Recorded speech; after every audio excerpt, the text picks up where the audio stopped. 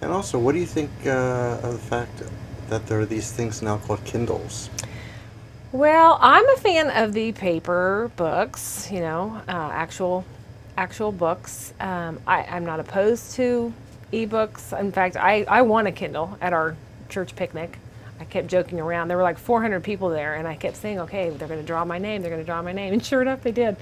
So I have one, and I use it mostly when I'm on the treadmill because I can just, push and the page flips without me touching it. But, as far as my own preferences, I like a real book, the smell of it, the feel of it.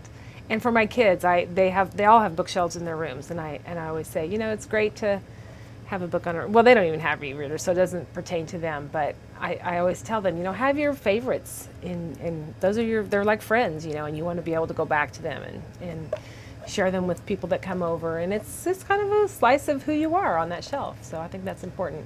Well, I told you in one of my emails to you that it was so nice to get real books from your publisher because I have to admit that I am a huge ebook reader and shoot me, but it's the way I am. But I Yeah. love getting Yeah. those real books. You can feel them, you can touch them, you get everything. But here's a question for you. And I don't want to put you on the spot, but there are all these books and all these kids authors in here. Who are some of your favorites?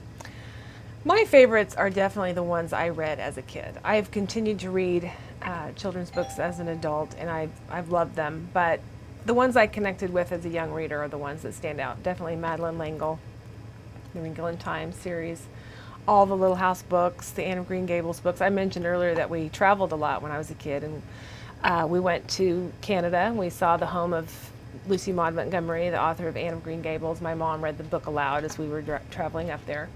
Um, Scott Odell, I loved Island of the Blue Dolphins. Which ones? Any that you couldn't stand? Oh gosh, if I couldn't stand them, I didn't finish them. Okay. That's easy.